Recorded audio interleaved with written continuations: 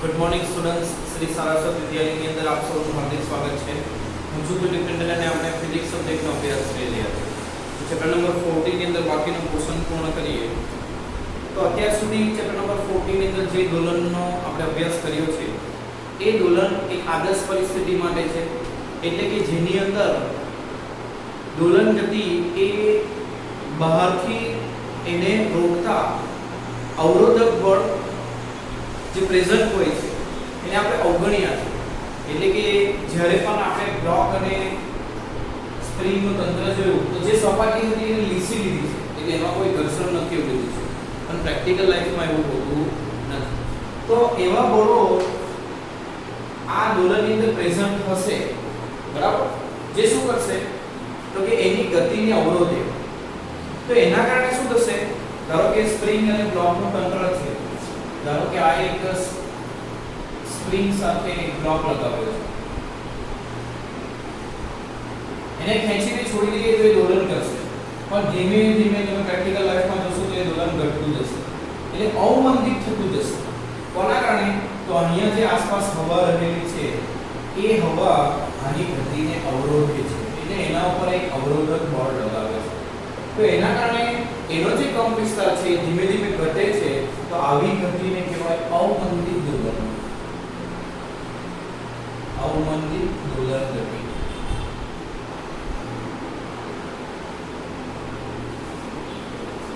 તો આવી જે ગતિ હશે જેમાં અવરોધક બળ પ્રેઝન્ટ હશે, તો આ જે અવરોધક બળ એને અવમંદન બળ પણ કહેવાશે. એ બળ હંમેશા એના પદાર્થના વેગના સમપ્રમાણમાં હોય અને એના વેગની વિરુદ્ધ દિશામાં હોય. એટલે બ્લોક નીચે જતો હોય તો અવરોધક બળ ઉપર લાગે. ધારો કે બ્લોક આ સ્પ્રિંગ ખેંચાયેલી સ્થિતિમાં હોય તે સમયે અવરોધક બળ ઉપર લાગશે.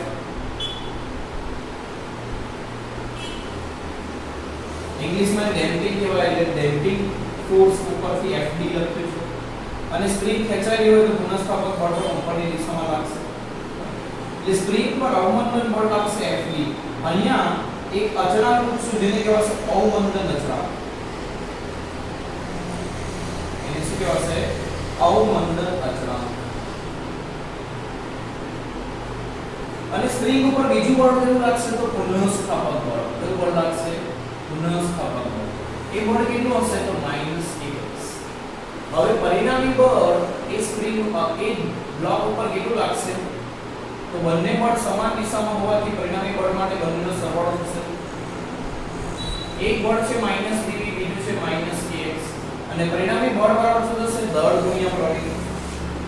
હવે વેગ એટલે સ્થાનનું સમયની સાપેક્ષે વિકલન લખી શકીએ, અને પ્રવેગ એટલે સ્થાનનો સમયની સાપેક્ષે બે વાર વિકલન. કારણ કે વેગનું ફરી પાછું વિકલન કરો તો પ્રવેગ મળે, એટલે એનું ફરી પાછું વિકલન કરીએ તો d2x/dt2 લખાય.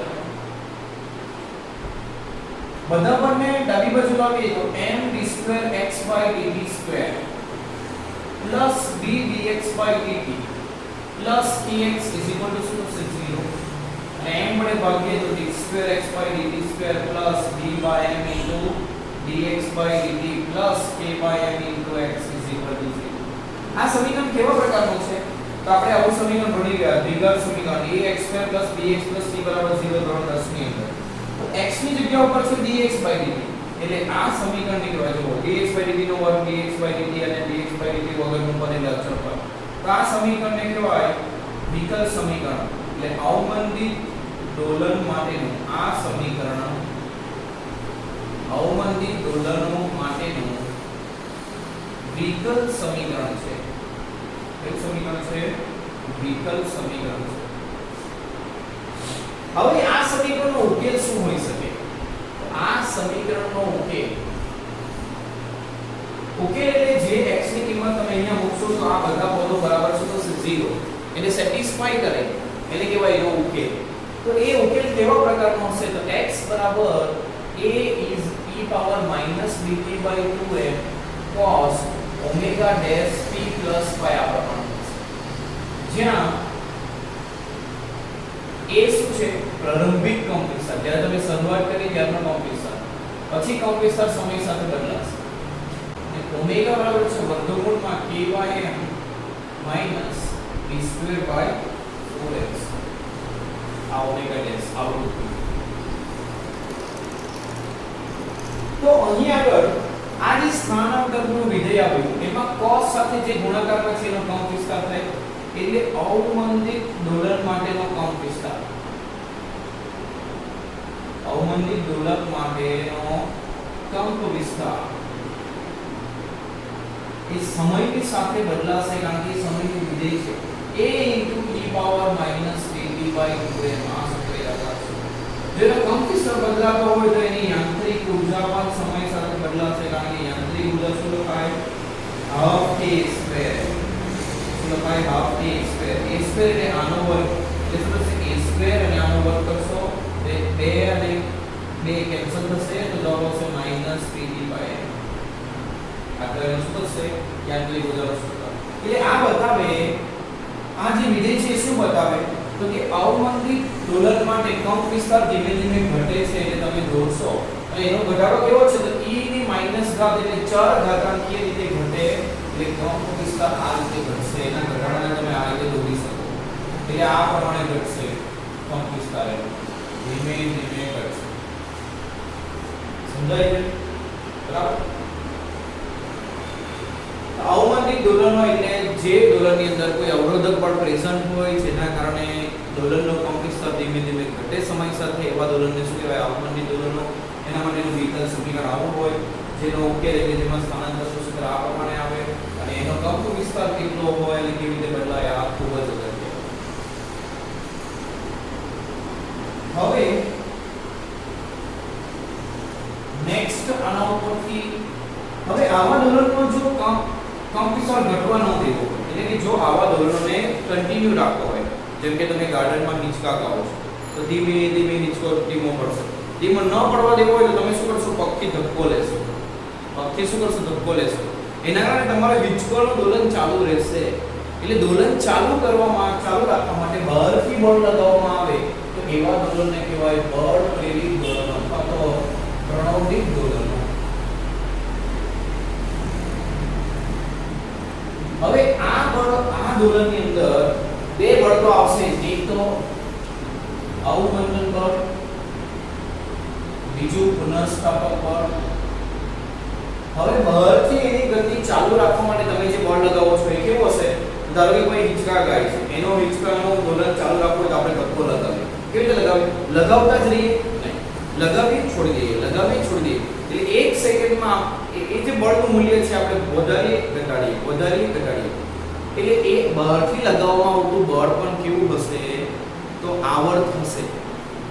એ બળ પણ કેવું હશે આવર્ત અમુક ચોક્કસ સમયગાળે આપણે લગાવશું. જ્યારે અહીંયા પહોંચે ત્યારે લગાવશું એટલે ચોક્કસ સમયગાળે લગાવશું એટલે એ બળ પણ આવર્ત બળ હશે. એટલે બાહ્ય આવર્ત બળ આપણે એના ઉપર લગાવશું. એ બળ કેવું હશે f0 cos omega dt. જે ઓમેગા d કે કહેવાશે d એટલે ડ્રાઇવિંગ એટલે જે એને ડ્રાઇવ કરે. તમારી ગતિને કોણ ડ્રાઇવ કરે એટલે કોણ ચલાવે છે તો તમારો ધક્કો. તમારા ધક્કાનો જે આવૃત્તિ છે એને ડ્રાઇવિંગ ફ્રીક્વન્સી એટલે ઓમેગા d લખ્યું છે. અહીંયા આપણે લખશું બાહ્ય બળની આવૃત્તિ. બરાબર. અથવા તો એને બુકની અંદર ચાલક બળની આવૃત્તિ ઉપર લીધી. ડ્રાઈવર એટલે ચાલકની આવૃત્તિ. તો પરસ્પર લાગતા કુલ બળ કેટલા થશે બળ બરાબર એક બળ Fb બીજું F1 ત્રીજું F અને F2 કહીએ તો પરિણામી બળ બરાબર દળનીય પ્રવેગ Fb - b F1 - kx. અને આ કઈ દિશામાં હશે તો જો તમે ધક્કો કઈ દિશામાં મારો જે દિશામાં ગતિ થતી હોય એ દિશામાં એટલે આ ગતિની વિરુદ્ધ દિશામાં નથી એટલે માઈનસ ની આવશે પ્લસ જ આવશે. તો અહીંયા આપણે ફરી પાછું a બરાબર d2x/dt2 મૂકીએ b બરાબર dx/dt મૂકીએ તો આ પ્રમાણેનું થશે.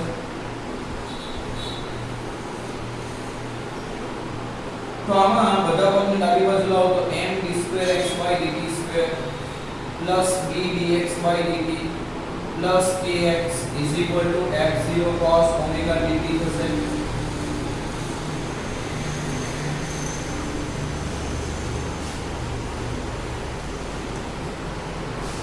m વડે ભાગો તો d2xdt2 plus p/m dx/dt plus k/m into x is equal to f0/m cos omega dt આ આવ્યું પ્રણાલી દોલન માટેનું વિકલ સમીકરણ જેનો ઉકેલ કેવા પ્રકારનો હશે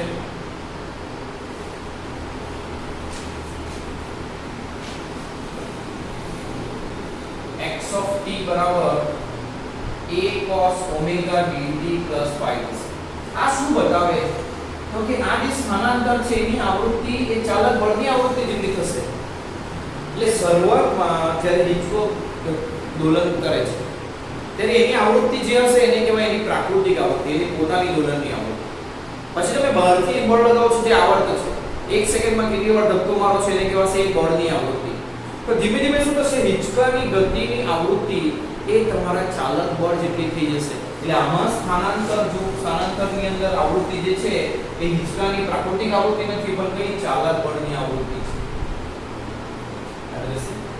હવે આની અંદર જે કંપ વિસ્તાર છે તો અહીંયા આ જે કંપ વિસ્તાર છે એનું સૂત્ર તમે આ રીતે લખી શકો એટલે આ કંપ વિસ્તારનું સૂત્ર આ પ્રમાણે આવશે આપણે યાદ રાખવાનું છે તારવવાનું નથી અને tan phi નું સમીકરણ તમે આ ઉપરથી તારવી શકો હવે આ જે કંપ વિસ્તાર છે એની અંદર એ જે કંપ વિસ્તાર છે કોના પર આધાર રાખશે તો આ જે ઓમેગા છે એ છે દોલનની પ્રાકૃતિક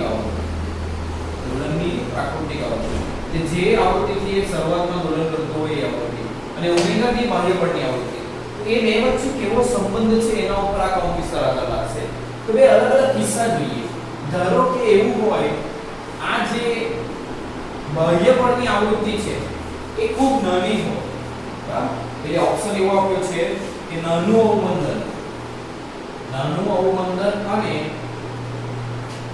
ચાલક આવૃત્તિ પ્રાકૃતિક આવૃત્તિથી ખૂબ જુદી હોય ચાલક આવૃત્તિ એ પ્રાકૃતિક આવૃત્તિથી ખૂબ જુદી હોય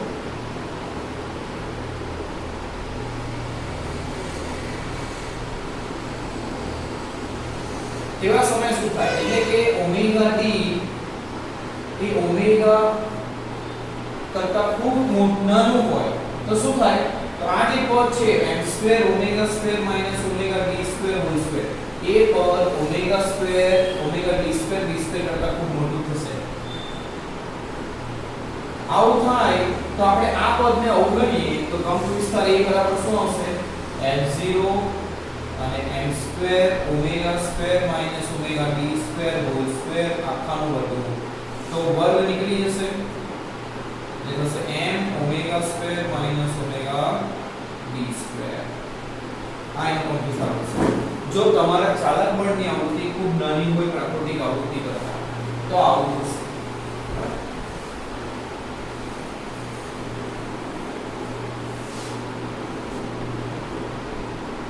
હવે બીજો કિસ્સો જોઈએ કે જો ચાલક આવૃત્તિ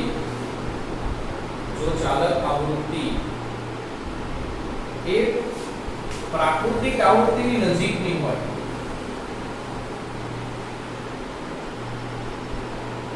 એટલે કે બે લગભગ સમાન જેવું હોય આપણે બોલીએ છીએ કે ઓમેગા ડી અને ઓમેગા સમાન હોય તો શું થશે તો આ જે કંપ વિસ્તાર છે એની અંદર આ જે પદ છે m omega d square minus omega square minus omega d square whole square આ પદ 0 થશે કારણ કે આ બંનેની કિંમત સરખી છે અથવા તો આ બે વચ્ચે વધારે તફાવત નથી એટલે આ કિંમત નાની થશે આ કિંમત નાની એટલે આ પદ એ બીજા પદ કરતા કેવું થશે ખૂબ નાનું થશે તો આ પદને આપણે અવગણીએ તો એ કંપ વિસ્તાર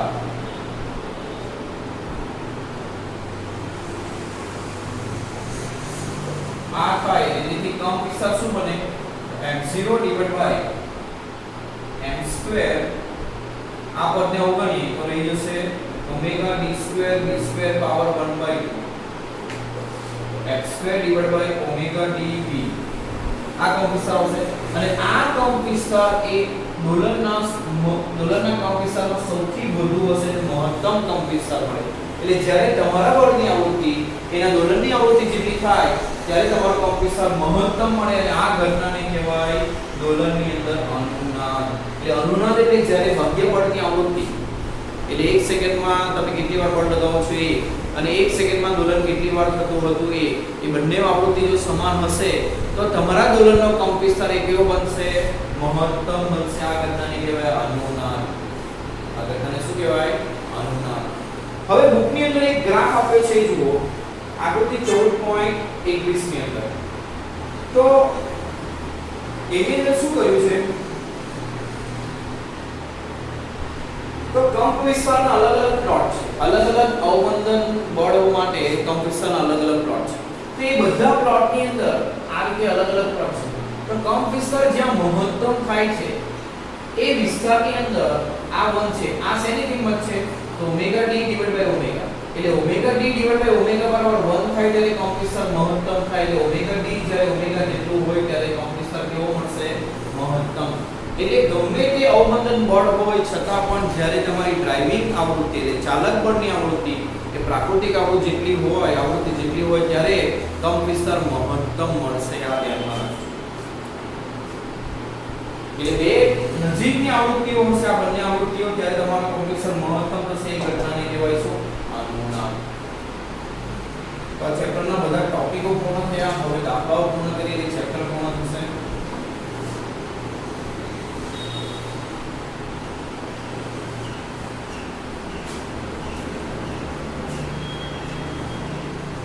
તો દાખલાઓની અંદર દાખલો નંબર ઉદાહરણ નંબર 14.10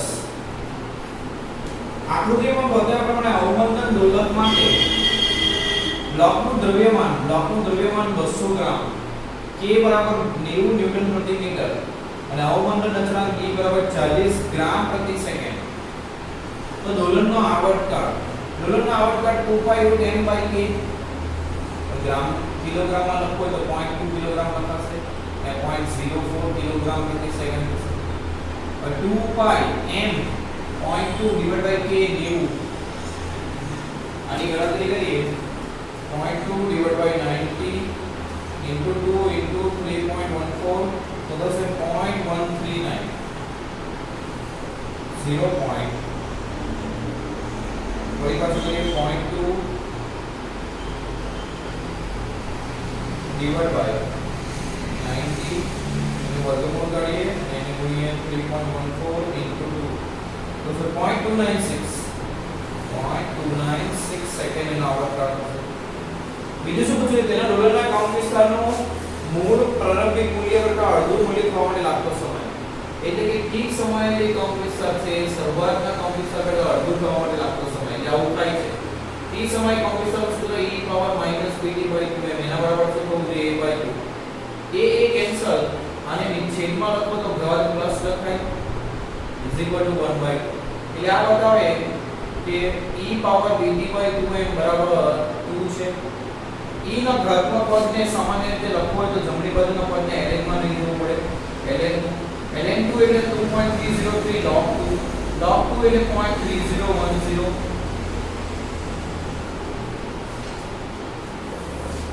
આના ઉપરથી t બરાબર આવશે 2m/p into 2.303.3010. 2.303 into 0.3010 into 2 into dot કેટલું છે 0.2 divided by b કેટલું છે 0.04 તો જવાબ થશે 6.93 સેકન્ડ. બીજો જવાબ. ત્રીજું, તેની યાંત્રિક ઊર્જાનું મૂલ્ય પ્રારંભિક મૂલ્ય કરતાં અડધું થવા માટે લાગતો સમય. ચાલો યાંત્રિક ઊર્જાનું મૂલ્ય એ પ્રારંભ કરતાં અડધું થવું જોઈએ. યાંત્રિક ઊર્જાનું સૂત્ર હાફ k a સ્ક્વેર એટલે at નો વર્ગ નાનો વર્ગ એટલે a square e power -pt/m શરૂઆતની યાંત્રિક ઊર્જા હાફ k a સ્ક્વેર એનું અડધું એટલે 1/2. તો half k a square cancel આખું પદ અને છેદમાં લઈએ તો e પાવર +pt/m બરાબર 1/2. તો આ થશે e પાવર pt/m બરાબર 2. e પાવર pt/m બરાબર 2. તો pt/m બરાબર થશે ln2 ની કિંમત આપણે શોધી લીધી બરાબર થશે m/p by b into 2.303 log 2, so the 0.3010. So 2.303 into 0.3010 into dot 0.2 divided by b 0.04. तो समय तो से 3.46 सेकंड 3.46 सेकंड।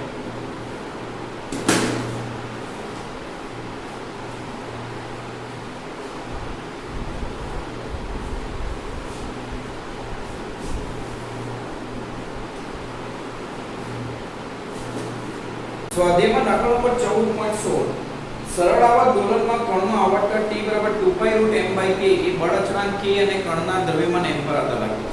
સાદું દોલક લગભગ સરળ આવર્ત ગતિમાં હોય છે, તેમ છતાં શા માટે દોલકનો આવર્તકાળ એ દોલકના દ્રવ્યમાનથી સ્વતંત્ર છે? તે સાદા દોલક માટે આવર્તકાળ એ દ્રવ્યમાન પર આધાર રાખતો હોય તો સાદા દોલકમાં કેમ એવું થતું નથી? તો સાદા દોલકની અંદર પુનઃસ્થાપક ટોર્ક આવે છે -mgl sin અને થીટા નાનો હોય તો એને આપણે -mgl થીટા લખીએ। હવે પુનઃસ્થાપક ટોર્ક બરાબર શું થશે? જડત્વની ચાર માત્રા I * આલ્ફા, તણાવ પરથી આલ્ફા બરાબર શું થશે? -mgl/r બરાબર। હવે પુનઃસ્થાપક ટોર્ક એક સરળ આવર્ત દોલન માટે ω2 * થીટા જેવું હોય, તણાવ પરથી ω2 બરાબર શું થશે? mgl/r અને આના ઉપરથી ω બરાબર શું થશે? વર્ગમૂળ mgl/r। હવે સરળ આવર્ત ગતિ કરતા પદાર્થ માટે આવર્તકાળનું સૂત્ર એ 2π√m/k છે। તો આપણે પ્રયત્ન કરીએ કે m/k ની કિંમત એ સાદા દોલક માટે શું આવશે? શું આપણે શોધીએ કે m/k ની કિંમત સાદા દોલક માટે શું આવશે? તો ω2 k = mω2 થાય। તો આપણે એક કામ કરીએ, k mω2 આવશે, તો માટે k/m = ω2 થશે। તો સમીકરણ 1 અને 2 ને સરખાવીએ, 1 અને 2 પર શું લખાશે?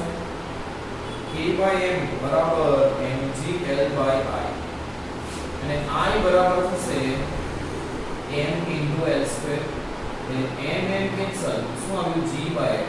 k/m નું મૂલ્ય શું આવ્યું? g। ગુરુત્વ પ્રવેગ ક્યારે બદલાતો નથી અને દોલકની લંબાઈ પણ ક્યારે બદલાતી નથી દોલક દરમિયાન, તો આ મૂલ્ય કેવું છે? અચળ। એટલે સાદા દોલક માટે k/m નું મૂલ્ય અચળ હોવાથી આવર્તકાળ t એ પણ કેવું રહેશે? અચળ। અચળ એટલે શું?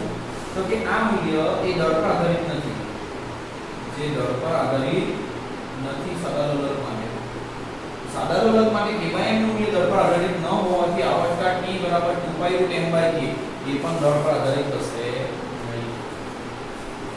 બીજો પ્રશ્ન, નાના દોલનો માટે સાદા દોલકની ગતિ લગભગ સરળ આવર્ત છે। કંપનના મોટા ખૂણા માટે વધુ સંરક્ષણ વિશ્લેષણ બતાવે છે કે t 2π√L/g થી મોટો હશે। થીટા નાનો હોય, નાનો દોલક એટલે થીટા નાનો હોય, તેના માટે આવર્તકાળ 2π√L/g આવશે। જ્યારે થીટા મોટો હોય તે સમયે આ જે આવર્તકાળ છે એ t કરતા મોટો આવે છે એવું સાબિત કરવાનું છે। તો કેવી રીતે કરશું? તો અહીંયા આપણે જોયું કે આલ્ફા બરાબર શું થશે? mgl/i * sin થીટા, બરાબર? આ સૂત્ર છે। હવે જ્યારે થીટા નાનો હોય તે સમયે આલ્ફા લખીએ તો એ શું લખાશે? માઈનસ, અથવા તો આનું સાદું રૂપ આપીએ, આને સરખાવીએ કોની સાથે? આલ્ફા બરાબર -ω2 sin થીટા સાથે, અથવા તો અત્યારે આલ્ફા આગળ રાખીશું। આવર્તકાળનું સૂત્ર આપણે કેવી રીતે લાવતા હોઈએ?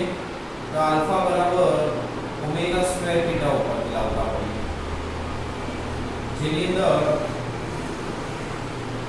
ઓમેગા બરાબર આપણે મૂકીએ 2π/t, ઓમેગા નો વર્ગ છે એટલે 2π/t નો વર્ગ થાય। તો આના ઉપરથી t2 આલ્ફા બરાબર થશે -4π² / t² નો થીટા। એટલે આ જે આવર્તકાળનો વર્ગ છે એ એ આલ્ફાના વ્યસ્ત પ્રમાણમાં કહેવાશે. એટલે આવર્તકાળ આલ્ફાના વ્યસ્ત પ્રમાણમાં થાય. એટલે આલ્ફા કેવો હશે એ આપણે શોધીએ. તો નાના ખૂણા માટે આલ્ફા બરાબર લખાય -mgr/r i * θ. અને મોટા ખૂણા માટે એટલે મોટા સ્થાનાંતર માટે આલ્ફા લખાય -mgr li * sin θ. જ્યારે ખૂણો મોટો હોય ત્યારે sin θ બરાબર θ ન મૂકી શકો. નાનો ખૂણો હોય ત્યારે તમે θ બરાબર sin θ બરાબર θ મૂકી શકો. હવે sin 0 શું થાય 0 અને sin 90 શું થાય 1. એટલે જેમ ખૂણો વધશે તેમ sin ની કિંમત વધશે. પરંતુ તમે જુઓ મોટા ખૂણા માટે આ ખૂણાની કિંમત 90 છે ને sin ની કિંમત 1 છે એટલે ખૂણો મોટો થાય. એટલે મોટા ખૂણા માટે sin θ ની કિંમત એ θ કરતા તો નાની હશે. sin θ જો θ કરતા નાનો હોય તો આ આલ્ફા ડેશ એ આલ્ફા કરતા નાનો થાય. હવે આલ્ફાના વ્યસ્ત પ્રમાણમાં છે t. તો આલ્ફા ડેશ જો નાનો હોય તો t એ મોટો થાય t કરતા. તો આ સાબિત થયું. જ્યારે ખૂણો મોટો હોય ત્યારે આવર્તકાળ એ નાના ખૂણાના આવર્તકાળ કરતા કેવો હશે મોટો હશે. C હાથ પર કાંટા ઘડિયાળ પહેલી માણસ ટાવરની ટોચ પરથી નીચે પડે છે. શું આ ઘડિયાળ મુક્ત પતન દરમિયાન સાચો સમય બતાવશે? ઘડિયાળ કાંટા ઘડિયાળની અંદર ઢોલક નથી હોતી.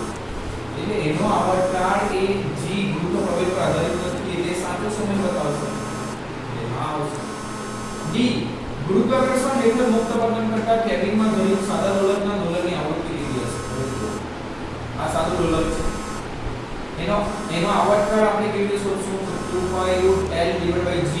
પરંતુ અહીંયા ગુરુત્વ પ્રવેગ ઘણા બધા હોવાથી એમાં ઉદ્ભવતા પ્રવેગ ઘણા બધા હોવાથી આપણે અસરકારક ગુરુત્વ પ્રવેગ શોધશું. જે બધા પ્રવેગોનો શું હશે? સદિશ સરવાળો હશે. તો લિફ્ટ નીચે મુક્ત પતન કરે છે એનો આવર્તકાળ કેટલો g. તો એના કારણે આમાં આભાસી પ્રવેગ ઉત્પન્ન થશે જે ઉપરની દિશામાં હશે g અને એનો પોતાનો ગુરુત્વ પ્રવેગ g નીચેની દિશામાં હશે. તો અસરકારક ગુરુત્વ પ્રવેગ કેટલો થશે? g - g બંને વિરુદ્ધ દિશામાં હોવાથી બાદબાકી એટલે શું થશે 0. તો આમાં 2π√L/0 1/0 અનંત થશે. આવર્તકાળ અનંત એટલે ઢોલક થશે જ નહીં. બરાબર. એટલે આવૃત્તિ શું હશે? 0 હશે. ઢોલક થશે જ નહીં. એટલે એક સેકન્ડમાં ઢોલકની સંખ્યા 0 કોઈ ઢોલક નથી. 14.17 માં દાખલો પણ એના ઉપરથી છે સેમ ટુ સેમ એના જેવો. n લંબાઈના અને n દ્રવ્યમાનના બોબ ધરાવતા એક સરળ ઢોલકને કારમાં લટકાવેલ છે. એટલે કાર છે જેમાં એક ઢોલક લટકાવેલ છે. આ કાર નિયમિત ગતિ સાથે આ ત્રિજ્યાના વર્તુળાકાર પથ પર ગતિ કરે છે. એટલે આ કાર વર્તુળાકાર રસ્તા પર ગતિ કરે છે. તો કારનો પ્રવેગ કેન્દ્ર તરફ હશે, કેન્દ્રગામી. કારનો કેન્દ્ર તરફની દિશામાં પ્રવેગ હશે, કેન્દ્રગામી પ્રવેગ. વેગલો વિસ્તરવાયા કારનો વેગ ભાગ્યા પર પ્રતિમાનની ત્રિજ્યા. તો કારમાં લોલક છે એટલે નિર્દેશ ફ્રેમ કાર એ આ લોલક માટે નિર્દેશ ફ્રેમ થશે. એટલે લોલકને આભાસી પ્રવેગ ઉદ્ભવશે. નિર્દેશ ફ્રેમ જો પ્રવેગી ગતિ કરતી હોય તો લોલકમાં આભાસી પ્રવેગ ઉદ્ભવે જે આ દિશામાં હશે. કેટલો હશે? એના જેટલો જ. કેટલો હશે? v²/r. અને એનો પોતાનો ગુરુત્વ પ્રવેગ g નીચેની દિશામાં હશે. શું પૂછ્યું છે? જો લોલકની સંતુલન સ્થાનને અનુલક્ષીને ત્રિજ્યા માટે દિશામાં નાના ઢોલકો કરે તો આવર્તકાળ શું હશે? આવર્તકાળનું સૂત્ર 2π√L/ અસરકારક g. તો અસરકારક g એટલે આ બંનેનો સદિશ સરવાળો કોનો? a અને g નો. બંને પરસ્પર લંબ હોવાથી પરિણામી સદિશનું મૂલ્ય શું થશે? વર્ગમૂળ a² + b² એટલે વર્ગમૂળ g² + a². તો વર્ગમૂળ g² + a² એટલે આનો વર્ગ એટલે b નો 4 ભાગ્યા r નો વર્ગ. તો આના પરથી આવર્તકાળ t નું સૂત્ર શું હશે? 2π√L/ અસરકારક g વર્ગમૂળની અંદર છે એટલે 1/2 ઘાત લખી g² + b⁴/r² એનો 1/2. આ એના આવર્તકાળનું સૂત્ર છે.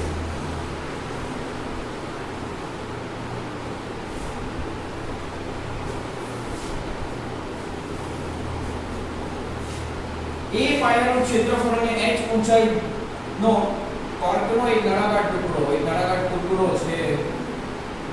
એના આંતરિક ક્ષેત્રફળ છે a અને ઊંચાઈ છે h. રોએલ ઘનતા ધરાવતા પ્રવાહીમાં તરે છે અને રોએલ ઘનતા ધરાવતા પ્રવાહીમાં મૂકવાનું ત્યાં પ્રવાહીની ઘનતા છે રોએલ. આ કર્વને સહેજ દુબાડીને પછી મુક્ત કરવાના એની સહેજ દુબાડો ધારો કે દુબાડેલા ભાગ h1 છે. સહેજ મુક્ત એટલે આમ દુબાડીને છોડશો તો આમ દોલન કરશે. તો બતાવો કે કર્વ ઉપર નીચે સરળ આવા દોલન કરશે. પહેલા તો સાબિત કરો કે સરળ આવા દોલન કરે. તો સરળ આવા દોલનનો સ્થાનાંતર એ એના પર લાગતા પુનઃસ્થાપક બળના સમપ્રમાણમાં હોવું જોઈએ. અસરળ આવા દોલન થયો અને આ વાક્ય સાબિત કરવાનું છે જ્યાં કર્વની ઘનતા હોય છે. હવે અહીંયા પુનઃસ્થાપક બળ કયું હશે? તો તમે દબાવશો તો આ પ્રવાહી જે ઉપર તરફ ધકેલશે એટલે ઉત્પ્લાવક બળ લગાવશો. તો અહીંયા પુનઃસ્થાપક બળ ઉત્પ્લાવક બળ હશે. ઉત્પ્લાવક બળનું સૂત્ર શું આવે? ρfvg. ρf એટલે પ્રવાહીની ઘનતા એટલે ρl. v એટલે ડૂબેલા ભાગનું કદ. તો ડૂબેલો ભાગ આટલો છે જેનું કદ કેટલો આવશે? 800 નું ક્ષેત્રફળ અને એની લંબાઈ કેટલી? h1 અને ગુરુત્વ પ્રવેગ g. આટલું એના પર શું લાગશે? ઉત્પ્લાવક બળ. હવે આ બળ બરાબર શું લખશું? દળ ગુણ્યા પ્રવેગ. હવે ઉત્પ્લાવક બળ સ્થાનાંતરની વિરુદ્ધ દિશામાં છે એટલે માઈનસ લખશું. તો બળ બરાબર દળ ગુણ્યા પ્રવેગ લખશું તો ρl a h1g. તો આના ઉપરથી પ્રવેગ શું આવ્યું? Minus ρl a g h1 divide by m. તો a એ h1 સ્થાનાંતરના સમપ્રમાણમાં હોવાથી કોણ સરળ આવર્ત ગતિ કરે છે. સરળ આવર્ત દોલન કરશે. એનો આવર્તકાળ કેવી રીતે આવશે? તો સમીકરણ 1 ને સરળ આવર્ત ગતિ કરતા પરાઠના દોલન આવર્ત પ્રવેગના સૂત્ર સાથે સરખાવીએ. a બરાબર -ω² h1 સાથે સરખાવતા આની સાથે સરખાવો તો શું થશે? તો ω² બરાબર થશે ρl a g divide by m. તો આનું વર્ગમૂળ લો તો ω બરાબર થશે વર્ગમૂળ ρl a g divide by m. નળાકાર હવે ω બરાબર થશે 2π બાય p. નળાકાર દળ નથી આપ્યું તો શું લખશું?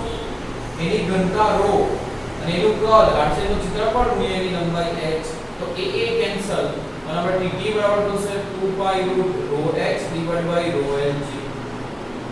તો આ એના આવર્તનનું સૂત્ર થશે જે આપણે સાબિત કરવા કીધું.